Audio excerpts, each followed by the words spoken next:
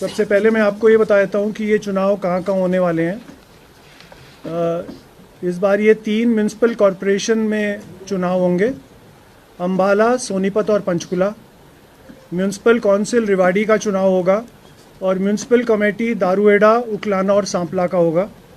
उसके साथ टोहाना, झज्जर, राजौंद, कनीना, तराउडी और सधौरा में बाई इलेक्शन होंगे वार्ड्स के। हम लोग इस बार पंचायती राज के जो हमारे बाई इलेक्शंस है वो भी इसके साथ ही कर रहे हैं ताकि दोनों इकट्ठे हो जाएं। पंचायती राज के इलेक्शंस में 2 जिला परिषद के इलेक्शन होंगे, एक करनाल में होगा और एक पानीपत में होगा। 12 पंचायत समितियों के इलेक्शन होंगे, 29 सरपंच और 485 पंच, टोटल 528 है। और ग्राम पंचायत मंडी आदमपुर, जवाहर नगर, ब्लॉक आदमपुर हिसार में, और ग्राम पंचायत गोविंदपुरा और पोलर, ये ब्लॉक 7 कैथल में है। इनका पहली बार ये आम चुनाव होगा।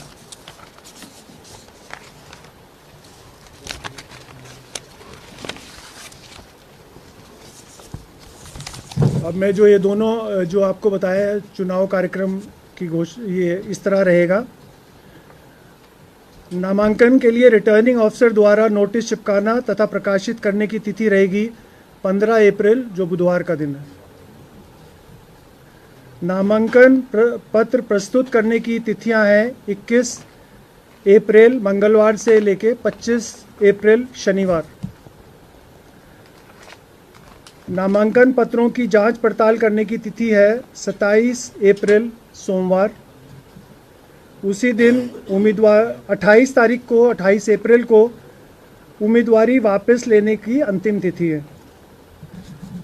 28 तारीख को ही चुनाव लड़ने वाले उम्मीदवारों को चुनाव चिन्ह बांटे जाएंगे और उसी दिन ही चुनाव लड़ने वाले उम्मीदवारों की सूची चिपका दी जाएगी प्रशासन द्वारा।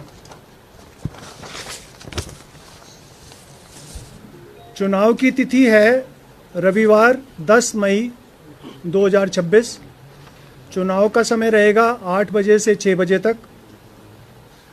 यदि दोबारा मतदान की ज़रूरत पड़ी तो वो दोबारा मतदान होगा 12 मई को मंगलवार, और मतगणना की तिथि 13 मई 2026 को। और जो ये पंचायती राज संस्थाओं की जो गिनती है वो हम कोशिश करेंगे कि उसी दिन इलेक्शन के बाद हम उसको पूरा कर लें।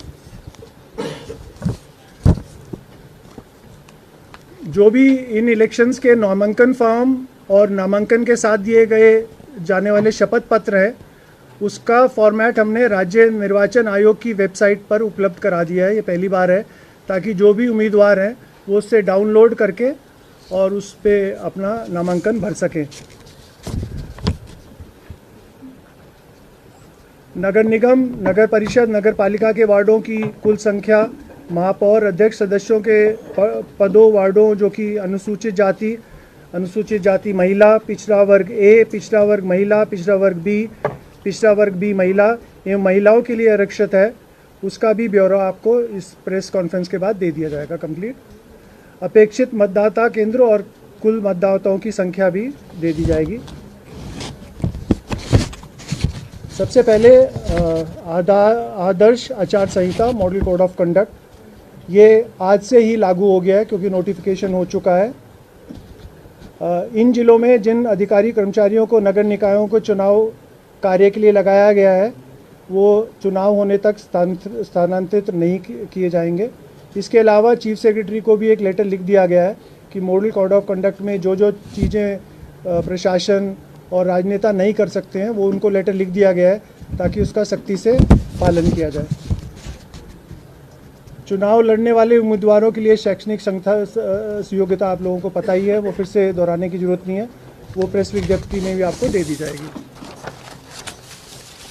इसी तरह जमानत जमा राशि, खर्चा सीमा मैं आपको बता देता हूँ। महापौर, अध्यक्ष और नगर निगम, नगर परिषद, नगर पालिका के सदस्य के लिए चुनाव लड़ने वाले उम्मीदवारों के लिए खर्चा सीमा इस प्रकार होगी। नगर निगम महापौर के लिए 30 लाख की सीमा है और सदस्यों के लिए 7.5 लाख की सीमा है। नगर परिषद के अध्यक्ष की सीमा खर्चे की 20 लाख रुपए है और सदस्य की 4.5 लाख रुपए है। नगर पालिका के अध्यक्ष की 12.5 लाख है सीमा और सदस्यों की 3 लाख है। चुनाव लड़ने वाले सभी उम्मीदवारों को चुनाव खर्च का हिसाब रखना होगा और चुनाव नतीजा आने की तारीख से 30 दिनों के अंदर उपायुक्त या राज्य चुनाव आयुक्त द्वारा नॉमिनेटेड ऑफिसर को जमा करानी होगी। ऐसा ना करने पर उम्मीदवार को 5 साल के लिए अयोग्य घोषित कर दिया जाता है।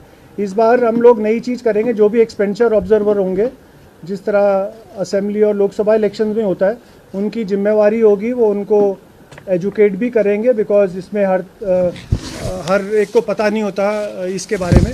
उनको शिक्षित भी करेंगे, बाकायदा उनको जो सहयोग चाहिए होगा अपना एक्सपेंडिचर रजिस्टर करने के लिए, उसमें भी उनकी सहायता करेंगे और उनको सबको बताएंगे कि कब तक ये पूरा करना है प्रक्रिया।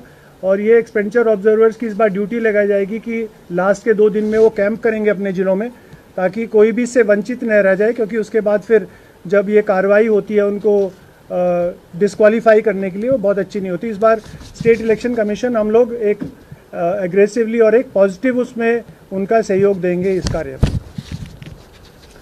उम्मीदवारों के लिए खिलाफ आपराधिक केस के बारे में शपथ पत्र अगर कोई हो, ये अभी तक सिर्फ म्यूनसिपल इलेक्शंस के लिए था।